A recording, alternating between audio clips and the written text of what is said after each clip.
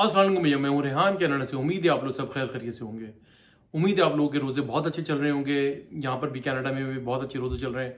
Weather जो है वो चेंज होना शुरू हो गया है, काफ़ी जो है डबल डिजिट में आ गया। आज पूरा दिन बारिश भी रही और वेदर जो है तकरीबन जो यहाँ पर बर्फ़ गिरी हुई थी रोडों के ऊपर, हमारे घर के बाहर, सब मेल्ट हो गई, कुछ भी नहीं बचा, सब ऑल क्लियर।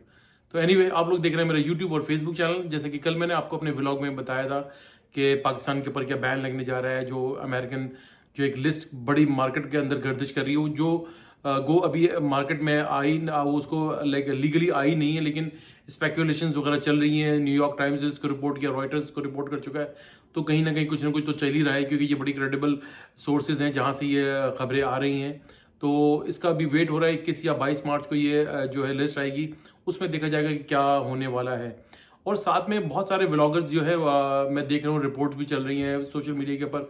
बहुत ज़्यादा आ रहा है कि भाई जो अमेरिका के अंदर मास डेपोटेशन होने जा रही है और जितने इलीगल लोग हैं उनको निकाला जाएगा और जो है कुछ किसी को नहीं रखा जाएगा। और वो उन्होंने शुरू भी कर दिया, डोनाल्ड ट्रम्प साहब ने आते ही उसके ऊपर काफ़ी एक्शंस भी लिए हैं। और वो काफ़ी वो कह रहे हैं कि बाय लाइक बहुत स्पीडी उसका वर्क होगा और जितने लोग उनके हाथ में आएंगे, लाइक वो कह रहे हैं कि बहुत लंबी, यानी कि हिस्ट्री की सबसे बड़ी है ये डेपोटेशन होगी यहाँ पर।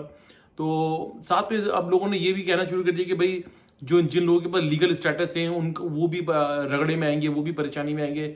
वो कौन लोग हैं जिनके पास लीगल स्टेटस है? उनमें सबसे पहले स्टूडेंट्स आते हैं और साथ में वर्क परमिट होल्डर्स आते हैं, जिनके पास लीगली वर्क परमिट होता है। वो लोग यहाँ पे काम कर रहे होते हैं और जो स्टूडेंट्स होते हैं वो अपनी स्टडी का पढ़ रहे होते हैं। स्टडी के बाद देखें यहाँ पर एक प्रोसेस होता है, उसके बाद आपको वर्क परमिट दिया था, उसके बाद फिर आप काम करते हैं, फिर आपका जो है पीआर कार्ड और यहाँ पे लाइक कनाडा का पीआर कार्ड और अमेरिका के ग्रीन कार्ड वगैरह का जो भी एक प्रोसेस होता है वो एक चलता है।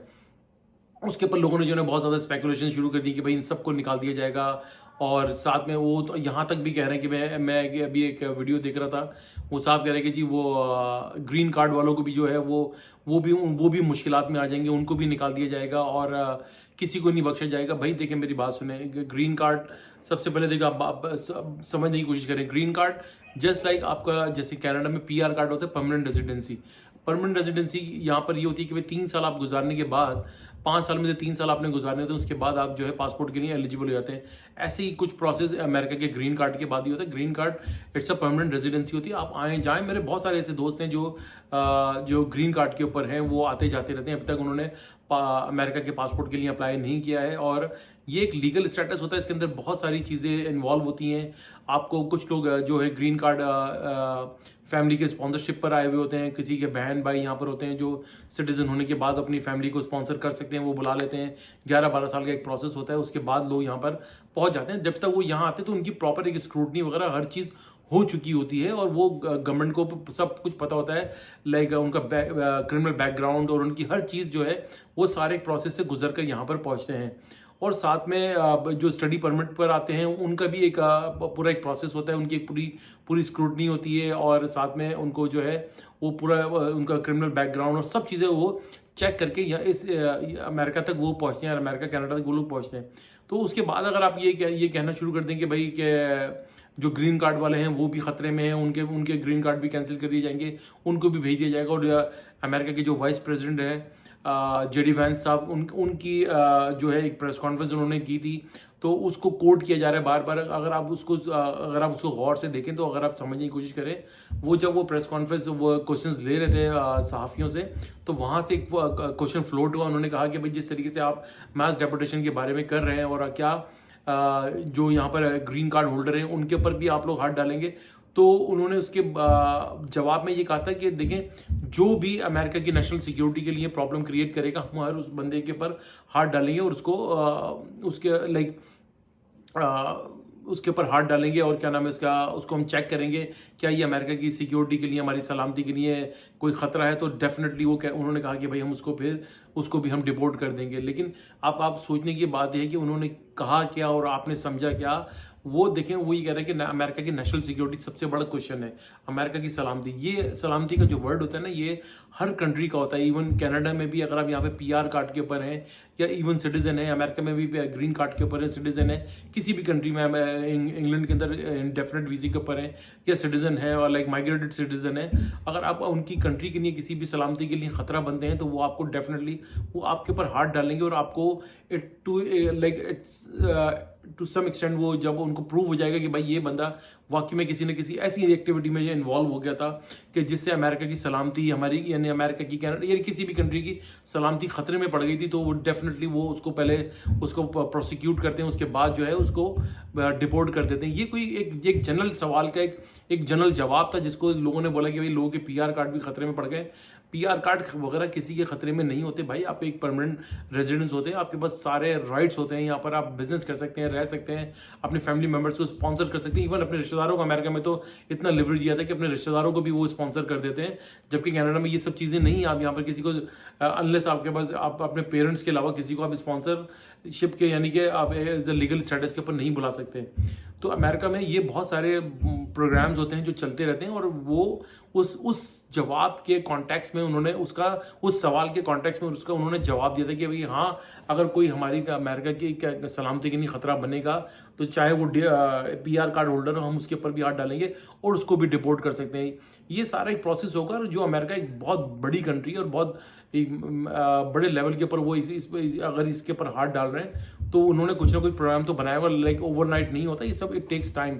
लेकिन मेरी एडवाइस अब आप लोगों के लिए ये है कि भाई ये चीज़ें तो आई होप कि क्लियर हो गई कि भाई वो ग्रीन कार्ड वालों को इतना कोई खतरा नहीं है, अनलेस आप अपनी आप किसी प्रॉब्लमेटिक एक्टिविटी में इन्वॉल्व हो जाए। तो बेहतर ये कि भाई आप अमेरिका में आते हैं तो अच्छे एक लॉ अबाइडिंग सिटीजन बन के रहें, यहाँ पे रूल्स एंड रेगुलेशंस को फॉलो करें, अपने काम करें, अपना फ्यूचर देखें, अपने बच्चों का फ्यूचर देखें। ये सब चीज़ें अपने साथ अगर रखेंगे तो यकीन करें कि आप एक ज़िंदगी बेहतरीन ज़िंदगी गुजार देंगे, क्योंकि ये north America, Canada, America, Australia और लाइक यूरोपियन कंट्रीज़, ये लैंड ऑफ इमिग्रेंट्स और लैंड ऑफ अपॉर्चुनिटी है और लैंड ऑफ ड्रीम्स हैं। आपके ड्रीम्स पूरे होते हैं, आप सिक्योर्ड फील करते हैं यहाँ पर, आपके अपने बच्चों का फ्यूचर यहाँ पे सिक्योर्ड रहता है। अगर आप लोगों से भी अगर वो यही तो कह रहे हैं कि अगर आप हमारी किसी सलामती के लिए कोई खतरा ना बने, नहीं तो वो आप लाखों करोड़ों लोग अमेरिका में रह रहे हैं, वो किसी के ऊपर हाथ नहीं डालते हैं। कनाडा में लाखों लोग रह रहे हैं, वो किसी के ऊपर हाथ नहीं डालते हैं, अनलेस आप कोई फजूल हरकत करें और किसी ऐसी फजूल किस्म की एक्टिविटी में इन्वॉल्व हो कि आप वो मजबूर हो जाए आपको पकड़ने और आपको डिपोर्ट करने के लिए। तो होप कि आपको ये चीज़ समझ में आ गई होगी। साथ में मेरी उन लोगों से रिक्वेस्ट है कि भाई जिन लोगों के वीज़े एक्सपायर हो गए हैं अमेरिका के या रिन्यू होने के लिए आए हैं, जो पाकिस्तान से बिलोंग करते हैं, तो अभी वो मेरे हिसाब से देखिए, मैं इतना अमेरिका इमिग्रेशन के ऊपर एक्सपर्ट नहीं हूँ ना, मुझे इतना कुछ पता है जितना, लेकिन मैं चीज़ें देख रहा हूँ, पढ़ रहा हूँ। तो मेरी एडवाइस ये कि अभी आप थोड़ा सा वेट करें, थोड़ी सी चीज़ों को क्लियर होने दें। अगर देखिए शुरू में अगर जब ये चीज़ें इम्पोज की जाती हैं, इम्प्लीमेंट की जाती हैं कि हम स्क्रूटनी करेंगे, टाइट स्क्रूटनी करेंगे और हर चीज़ को वेरीफाइड करेंगे, सब कुछ करेंगे, तो उसमें ये होता है कि शुरू का जो पीरियड होता है ना, वो जब क्रिकेट में भी जब आप खेलते हैं तो बॉलर बड़ा एग्रेशन दिखा रहा होता है, बड़ा फास्ट कर रहा होता है और बड़ी बॉल को स्विंग कर रहा होता है, वो उसकी कोशिश होती है कि शुरू की मैं 4-5 विकेट उड़ा दूं ताकि मैं टीम को अंडर प्रेशर ले लूं। तो उसमें बेहतर ये होता है कि जो स्मार्ट सामने प्लेयर होता है ना, वो उसको रोकता रहता है, बॉल को एक्स्ट्रा जो ना वो शॉट नहीं खेलता, ताकि उसको पता था कि इसका 2-3 ओवर के बाद इसका गुस्सा भी ठंडा हो जाएगा, इसका एग्रेशन भी कम हो जाएगा। एग्जैक्टली सेम एज अगर आप इनकी पॉलिसीज को देखें, शुरू में हमेशा एग्रेशन के साथ ही पॉलिसी स्टार्ट होती है, लेकिन आहिस्ता आहिस्ता वक्त के साथ पॉलिटिकल हालात होते हैं, चीज़ें थमना शुरू हो जाती हैं, चेंज होना शुरू हो जाती है, तो चीज़ें जो है नॉर्मलाइज होना शुरू हो जाती है। तो बेहतर है कि अभी थोड़ा सा वेट एंड वॉच करें, चीज़ों को नॉर्मलाइज होने दें, चीज़ों को देखेंगे क्या पॉलिसी आ रही है, क्या चीज़ें हो रही हैं। और एक अच्छे लॉयर अमेरिका में इमिग्रेशन लॉयर्स डेफिनेटली होंगे, और इमिग्रेशन कंसल्टेंट से रब्ता करें तो उससे बेहतर एडवाइस लें, अकॉर्डिंगली वो अपने वीज़े अगर आपके एक्सपायर हो गए तो उसकी जो है रिन्यूअल के पर ले जाएं। अगर आप फ्रेश वीज़ा अप्लाई करना है तो स्पेशली पाकिस्तान से जो लोग बिलोंग करते हैं वो लोग थोड़ा सा भी वेट करें, वेट एंड वॉच, और पॉलिसी का बेहतर तौर पे अंदाज़ा करें कि क्या पॉलिसी जा रही है, क्या हमारे लिए अच्छा भी है, या अभी बिला वजह में पासपोर्ट के ऊपर एक कलंक लगवाना कि यार वीज़ा रिजेक्ट हो गया। तो ये सारी चीज़ें थी, तो इसके ऊपर ही सारा अभी एक हवा मचा दिया कि जी ग्रीन कार्ड वाले, भाई ऐसा कुछ नहीं होगा। आप अनलेस फिर बार बार मैं रिपीट नहीं करना चाह रहा, वो उसी चीज़ आपको समझ आएंगे। अच्छे एक लॉ अबाइडिंग सिटीजन बन के रहें और अच्छे से रहें, अपने फ्यूचर को बेटर बनाएं। वो वीडियो अच्छी लगे तो भैया लाइक करें, सब्सक्राइब करें, बेल आइकन का बटन जरूर दबाइएगा, शेयर करना ना भूलिएगा। दुआ दीजिए, दुआ लीजिए, दुआ में बड़ी ताकत है। सदका खैरात और चैरिटी जरूर करते रहा कीजिए, आपको बड़ी बड़ी परेशानियों और आफात से बचाती है। इंशाल्लाह ताला नेक्स्ट व्लॉग में फिर हाजिर होंगे, तब तक के लिए अल्लाह हाफिज़।